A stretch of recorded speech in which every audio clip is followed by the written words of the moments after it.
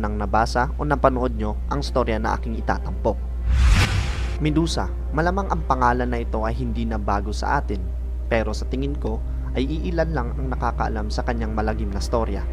Madalas na itatampok si Medusa bilang isang salbahe o kontrabidang karakter, mapakwento man o pelikula.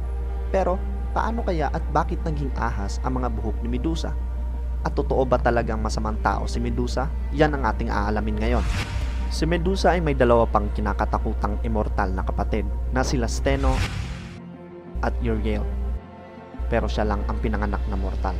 At sila ay mas kilala bilang Gorgon Sisters na anak ng sigad na si Process at Seto na kapwa magkakapatid. Sila ay kinakatakutan dahil sa kanilang malahalimaw na itsura na may malalapad na pakpak, matatalas na pangil, may mga buhok na ahas at balat na parang kaliskis ng dragon. At sila ay may nakakatakot na mata na kayang gawing statwang bato ang sino mang tumingin dito. Ang pangalang Medusa sa Greek mythology ay nangangahulugang the guardian o protectress o tagapagtanggol. Marahil kayo ngayon nagtataka kung bakit medyo salungat sa kanyang pangalan ang kanyang naging karakter sa Greek mythology na imbis na maging tagapagtanggol ay hinirang siyang nakakatakot na halimaw. Sa unang panahon bago pa naging kinakatakutang nilalang si Medusa, siya ay isang masugid at tapat na tagapaglingkod o priestess sa templo ni Athena, ang diyosa ng digmaan at karunungan. Para maging isang priestess sa templo ng Athens ay dapat mapanatili ng isang babae ang kanyang pagkabirhen at ialay ng lubos ang kanyang sarili at pagkatao kay Athena. Si Medusa ay inilalarawang napakagandang babae na may mga balingkinitang pangangatawan, magandang kutis at may buhok na parang yari sa seda. Siya ay tanyag na kilala sa lungsod ng Athens at labis na kinahahangaan ng mga kalalakihan dahil sa maladyosa nitong kagandahan. Isang araw ay nakita ni Poseidon, ang Diyos ng karagatan, ang kagandahan ni Medusa at siya'y labis na namangha. Naisip ni Poseidon na gamitin si Medusa para makaganti kay Athena at kanya itong ginahasa na walang awa sa loob mismo ng templo ng Athens para mas lalong mainsulto si Athena. Pagkatapos gawin ni Poseidon ang panghahalay ay agad niyang nilisan ang templo at iniwang nakahubad ang nanghihina at nakakaawang Medusa. Marahil kayo ay nagtataka kung bakit gustong insultuhin ni Poseidon si Athena. Ito ay dahil may matagal ng hidwaan ang dalawang ito. Balikan natin ng konti ang kanilang naging hidwaan. Malalim ang galit ni Poseidon kay Athena dahil inagaw ni Athena ang lugar na gusto sanang akuin ni Poseidon para magsamba sa kanya. Ito ay ang lungsod ng Cecropia. Pinag-agawan nila ang lungsod na ito hanggang sa si Athena ang nagwagi at tuluyan ng pinalitan ang pangalan ng Cecropia bilang lungsod ng Athens. Doon nagmula ang kanilang hidwaan. Pagkatapos ng panghahalay na ginawa ni Poseidon ay nagpasya si Medusa na humingi ng tulong mismo kay Athena. Labis ang kanyang pagdadasal para humingi ng tawad sapagkat hindi niya napanatili ang kanyang pagiging birhen. Pero sa panahon nila, ang lahat ng mortal na makakatalik ng Diyos ay agad na nagiging asawa nito. Ibig sabihin, si Medusa ay magiging mortal na asawa na agad ni Poseidon.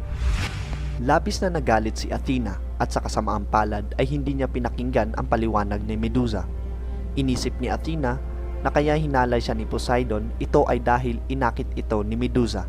Pinagtanggol siya ng kanyang mga ate na sila Steno at Uriel pero labis lamang nagalit si Athena. Dahil sa pangyayari ay pinarusahan ni Athena si Medusa at kanya itong sinumpa dahil sa kanyang paniniwalang pagtataksil na nagawa ni Medusa.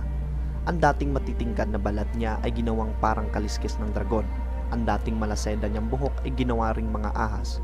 Sinumpa niya rin ito na lahat ng mga lalaking tititig sa mga mata ni Medusa ay magiging statwang bato, dahilan upang ang dating hinahangaan ay kamumuhian na ngayon. Itinapon si Medusa sa malayong lugar na malayo sa sibilisasyon at siya na ngayon ang kilala nating Medusa, ang kinakatakutang halimaw. Si Medusa ngayon ay nag-iisa at palaging nagtatago sa mga tao. Dahil sa takot na baka siya'y saktan o masahol pa ay siya'y patayin dahil sa kanyang nakakatakot na itsura. At lahat ng mga taong naghahabol sa kanya ay di niya sadyang nagagawang statwang bato dahil sa sumpa sa kanya ni Athena. Si Medusa mismo ay galit sa kanyang kapangyarihang ito.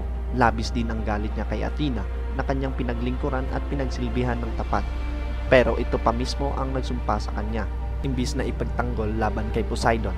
Marami ng kalalakihan ang ipinadala upang patayin siya, kaya natuto siyang ipaghiganti ang sarili at ginawang mga bato ang sinumang nagtangkang manakit sa kanya. Lumipas ang mga taon at ipinadala ni Haring Polydectes si Perseus sa isang delikadong misyon na patayin at dalhin ang ulo ni Medusa sa kanya. Ginawa ito ni Polydectes upang malaya niyang mapangasawa ang ina ni Perseus sa pag-aakalang masasawi din siya gaya ng mga naunang lalaki na nagtangkang pumantay kay Medusa. Hindi naman nagdalawang isip na tumulong ang mga Diyos at Diyosa. Sa katunayan, binigyan siya ng sandal ni Hermes na may mga pakpak upang mabilis niyang matunton ang lugar ni Medusa, at panangga naman ang ipinabaon ni Athena. Espada naman ang ipinadala ni Zeus at warrior helmet naman ang pabaon ni Hades na may kapangyarihang maging invisible ang sinumang magsuot nito. Narating ni Perseus ang isla kung saan namamalagi si Medusa, at sa kanilang pagtutuos ay nautakan ni Perseus si Medusa. Ginamit ni Perseus ang pabaong panangga ni Athena bilang salamin upang matunton niya ang pwesto ni Medusa na hindi direktang nakatingin sa kanyang mga mata. At doon niya napugutan ng ulo si Medusa. Matagumpay na naiuwi ni Perseus ang ulo ni Medusa. At nang malaman ni Perseus ang tunay na intensyon ni Polydectes sa pagpapadala sa kanya sa isang delikadong misyon, siya ay labis na nagalit at ginamit niya mismo ang ulo ni Medusa upang gawing statwang bato ang swail na hari.